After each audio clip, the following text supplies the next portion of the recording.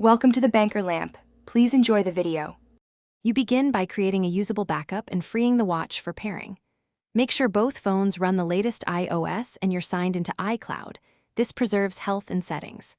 Once done, place the watch on its charger and open the Watch app on your old iPhone. Tap Unpair Apple Watch so the app makes a backup to iCloud. This backup is what you'll restore on the new phone. If the old iPhone is unavailable, erase the watch from settings instead before proceeding. Now move to the new iPhone and get ready to pair and restore. Sign into the same Apple ID, enable Bluetooth and Wi-Fi, then open the Watch app and tap Start Pairing. Use your iPhone camera to center the animated pattern on the watch. This securely links the devices.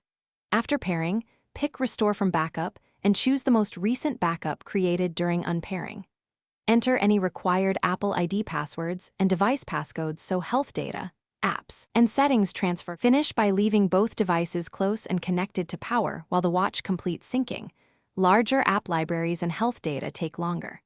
Once done, re-enable cellular plans and Apple Pay, reauthorize app permissions, and confirm notifications and complications appear as expected.